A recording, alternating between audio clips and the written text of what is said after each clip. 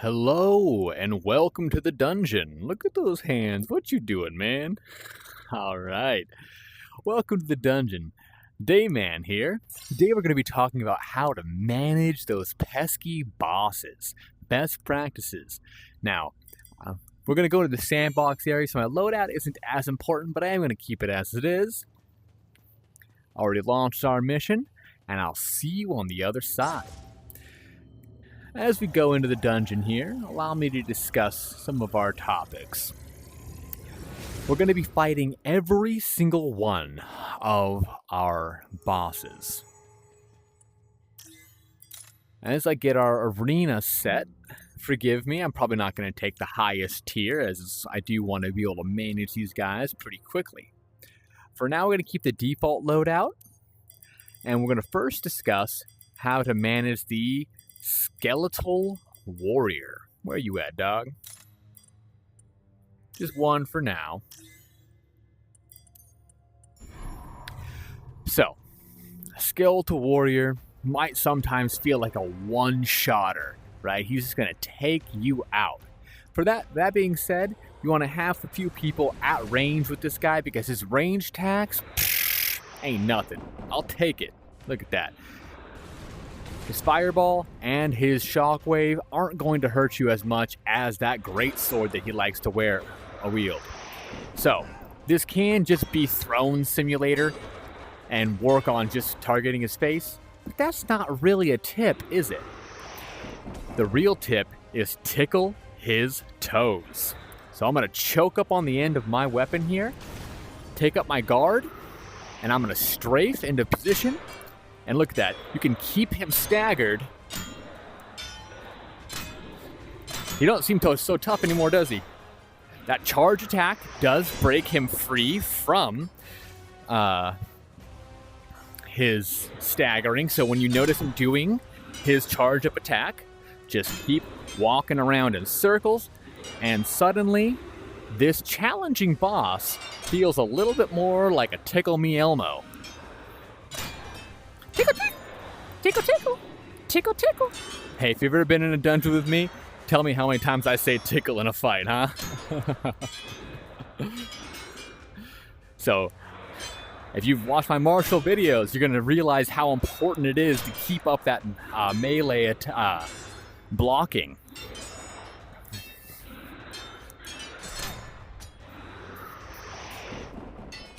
Notice I lost grip on my weapon?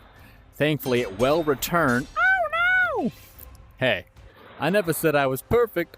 You're probably going to see me die a few times. But I'm here to give you the tips not to win. Now, that was a tip if you are a melee combatant against the Skeletal Warrior. As if you're a ranged combatant, just shoot him in the face. You'll be fine. But the ticklish toes are really what we're talking about here. All right, moving forward. I was like, oh, I'll do a lower tier so I can manage it. So.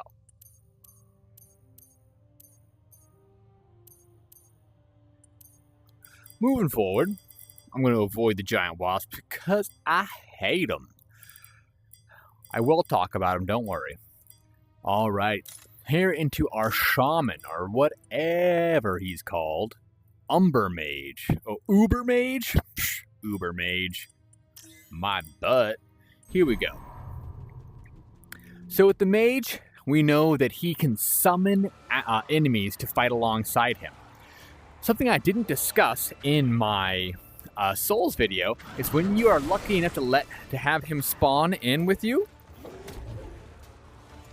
So he's going to appear behind me here. Every single time he will appear behind you.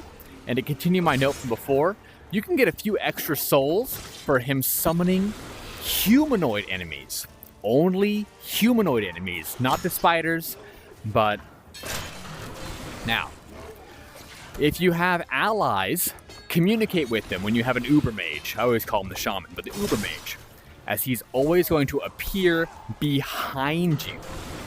So you can get your allies. How easy was that? You can get all of your allies to face the same direction, right? And when everyone's facing the same way, you know where to find him. He's going to teleport behind you, and that makes it far more predictable and manageable. Moving on. Really should have equipped a Chrono Staff. I'll go back and do so, because I really don't want to do that Wasp. Alright, we got Doomers here, otherwise people call them the Troll. Now, typically speaking, these guys are only a challenge at the purple or tier 7, because they just take forever to kill. So, one of the things I recommend, what great aim this guy has. So, when he's taking aim at you, try to dodge at the last second, let him take aim, and watch where his arm is. Keep range. When he raises his arm, that's your cue to take a side step. Now, of course, with any of these guys, you can just play weapon throwing simulator. I was moving with his arm back, so he's able to track me. Right? Arms up. Now I can trace. All right, a little early there. Step back. Let him decide he wants to throw something at me. His hand's high, so I can step to the side. Alrighty. So as opposed to just trying to hit this guy or say, you need to use your quad potions, he's going to drop them anyways. One of the things I recommend is, if you're working melee, move in and out. Right? Get him going, and then get out of there.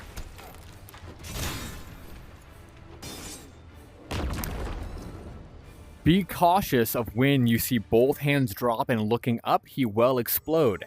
For all my melee homies, we want to stay out of range of that. So if you're working in a group, have about a couple people working on that fight, and have a couple more taking range, or at least one taking range, so that you can always have someone to res you in those big fights.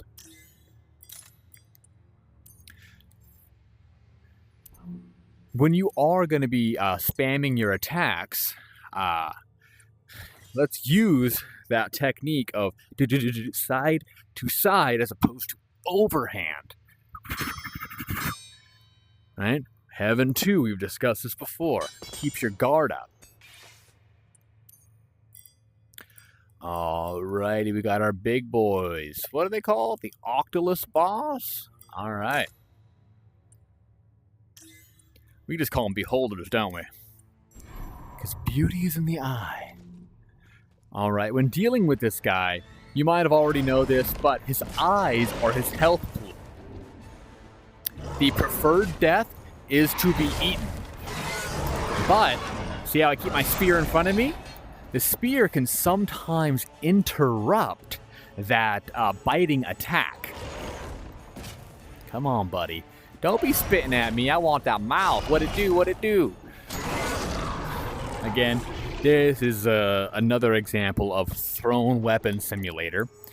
But the real tip there is to keep your weapon extended. And once again, you can choke up, much like you did with the Skeletal Warrior, and let him run into the weapon and back up and use your haste, if you have it at level 30. Use that haste to keep out of range of that bite. And again, let him eat you. You're going to respawn. And if you're a ranged combatant, make sure that the aggression is drawn by your melee allies while he's eating them, and take your pot shots off. I'm going to have to die to that stupid wasp, aren't I?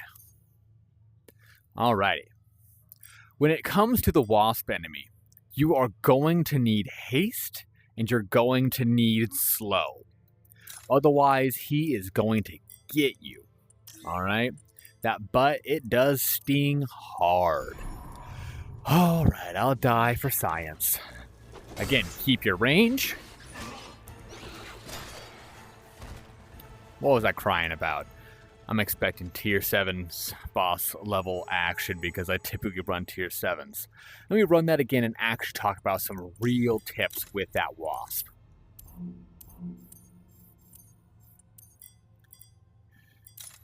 if you have come prepared with haste potions, that's going to allow you to work in and out of range with it.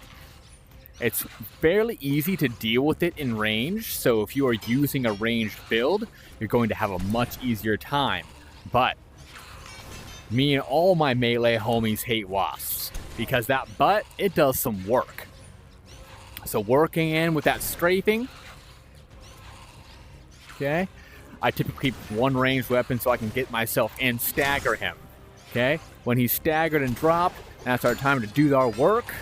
Ooh, he wants to tickle me with his booty butt. Keep your guard up. You cannot. Now, talk about an unblockable enemy. You notice how I moved in and I died? Never said I was perfect. So, that is one of the main things we want to avoid as melee combatants, is getting into that stinger position. That's why you want to use your ranged weapons, your thrown weapons, to keep that range, keep them staggered, and if you have someone with a frost staff, I know people say, it's a waste, don't use your frost staff on the boss.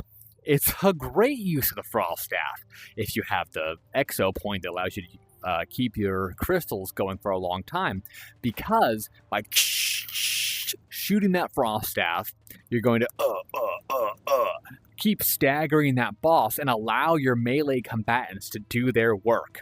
Okay, so just because it's the frost staff, don't think about it just as clearing out swaths of enemies. Allow it to keep your bosses staggered. And with that, I believe we've already gone over all of our primary bosses. In the future, we will be discussing best practices for all of our enemies, but I wanted to first go over those primary bosses. And I'm not at all surprised it was the wasps to kill me, because, hey, I'm a melee guy. It's what always gets me, because people don't want to keep him staggered, and sometimes I get a little overzealous and I want to see what that booty do. Alrighty. With that in mind, keep tuned, because we're going to be discussing how to take care of all of these enemies. I'm looking at you, tiny wasp, with your blow-up body. Alrighty. Until next time, Dayman out. Remember to disinfect your face mask and wash your face. Have a good one.